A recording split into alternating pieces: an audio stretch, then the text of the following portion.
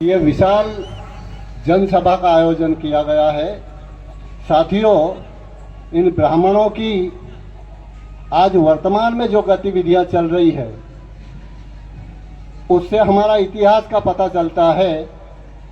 आज वर्तमान में जिस तरीके से बाबरी मस्जिद को ढहा करके राम मंदिर बनाया गया सत्ता के बल पर, और वर्तमान में आप देखेंगे जैसे इलाहाबाद का नाम बदल करके प्रयागराज किया।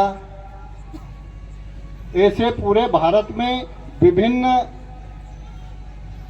स्टेशनों के नाम, जिलों के नाम, शहरों के नाम, यहाँ तक कि गांवों के नाम भी उन्होंने बदल दिए हैं। अभी वर्तमान में सड़कों के नाम भी बदल रहे हैं। ये क्यों बदल रहे हैं? सत्ता के बल पर। तो ये इतिहास अगर देखा जाए कि जब मौर्य साम्राज्य अखंड भारत था, अखंड भारत यानी अफगानिस्तान, पाकिस्तान, बांग्लादेश, चीन, नेपाल, श्रीलंका और भारत, ये अखंड भारत था। उस समय बुद्धा की विचारधारा के माध्यम से सम्राट अशोक ने उसको अखंड भारत बनाया था।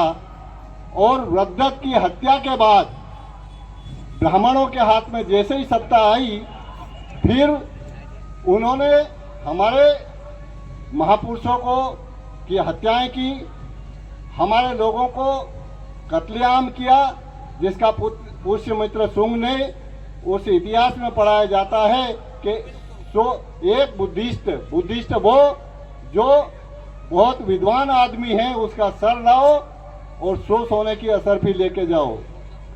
ये उस समय उन्होंने हमारे विद्वान लोगों की हत्याएं की। हमारे सम्राट अशोक और बौद्धकालीन भारत के जो भी ऐतिहासिक थे उन पर कब्जा किया।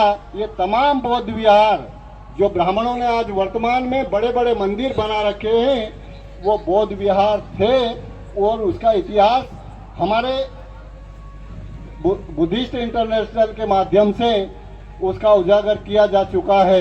अभी बुद्धिस्ट इंटरनेशनल नेटवर्क और राष्ट्रीय पिछड़ा वर्ग मोर्चा के माध्यम से तमाम जो पर्चा निकाला गया था, वो पर्चा हमारे इतिहास उसमें दिया हुआ है कि कौन कौन सी हमारे विरासतें हैं। तो साथियों, आज वर्तमान में उनका यही षड्यंत्र चल रहा है कि जो भी जैसे दीक्षा भूमि का है, मध्य प्रदेश में बाबा साहब अम्बेडकर की जन्म स्थली है, वहाँ उन्होंने कब्जा किया हुआ है और उसका या तो ब्राह्मणीकरण कर रहे हैं अपने दलालों के माध्यम से। और दलाल कौन? हमारे ही समाज के दलाल पैदा करते हैं। तो या तो ब्राह्मणीकरण कर रहे हैं या फिर उन पर कब्जा कर रहे हैं। तो ये हम लोगों को इतिहास पता चल चुका है और दुश्मन का चरित्र भी समझ में आ चुका है। अब हमारे पास में ये एकमात्र मूवमेंट है। इस मूवमेंट के माध्यम से हमारी खोई हुई विरासत को प्राप्त कर सकते हैं और ये प्राप्त करके ही रहेंगे। यह आंदोलन जारी रहेगा।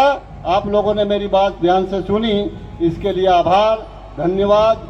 जय मूल निवासी, जय जोहार। मूल रूप से नाश करने के लिए दो शक्ति हमारे पास चाहिए। एक चाहिए हमारे पास राष्ट्रव्यापी आंदोलन करने की शक्ति चाहिए।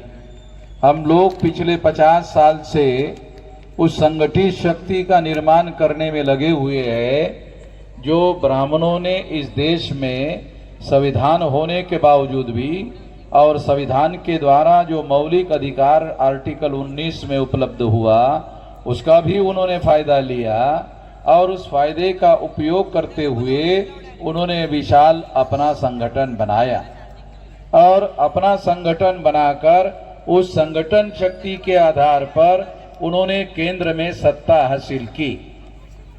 ये हमारे सामने है। और यदि ये सत्ता पर उन्होंने नियंत्रण स्थापित कर लिया और तीसरी बार वो सत्ता में है और उनके द्वारा बनाए हुए व्यक्ति को उन्होंने प्रधानमंत्री बनाने का काम किया। एक बैकवर्ड क्लास के आदमी को, एक ओबीसी के आदमी को देश का प्रधानमंत्री नॉमिनेट करने का काम ब्राह्मणों ने किया, आरएसएस के लोगों ने किया। और उसकी वास्तविक सत्ता ब्राह्मणों ने अपने हाथ में रखी हुई है। तो अगर वो जो कुछ भी कर रहे हैं, ये बात हम लोगों को समझना होगा। वो सत्ता के बल पर कर रहे हैं, सत्ता के सामर्थ्य से कर रहे हैं। इतना आसान नहीं है, मगर वो आसान उनको हुआ, वो सत्ता के बल पर हुआ, इसे समझना होगा। और अगर ये सत्ता के बल पर हुआ तो उसको सत्ता के बाहर रहकर कैसे करोगे? ये वास्तविक सवाल है। इस सवाल का जवाब अगर हमारे पास नहीं है तो फिर हम लोग कामयाब नहीं हो सकते। ये केवल भावनावश होने से समस्याओं का समाधान नहीं हो सकता। जहां तक हमारे लोगों ने बौद्धिक भ्रष्टाचार किया है, अगर उन्होंने बौद्धिक भ्रष्टाचार किया है तो वो बौद्धिक भ्रष्टाचार जनता में फैलने का अंदेशा होता है, खतरा होता है, और उससे जनता के दिमाग को भ्रष्ट किया जा सकता है। उसके लिए बदलना जरूरी है, मानस बदलना जरूरी है, विचार बदलना जरूरी है। उसके लिए सत्ता की जरूरत नहीं है।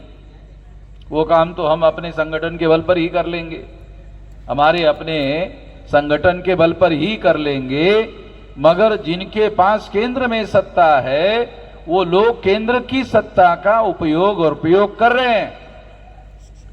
तो इसलिए इसका उपाय जो है साधारण उपाय नहीं है, इसका बड़ा उपाय करना होगा।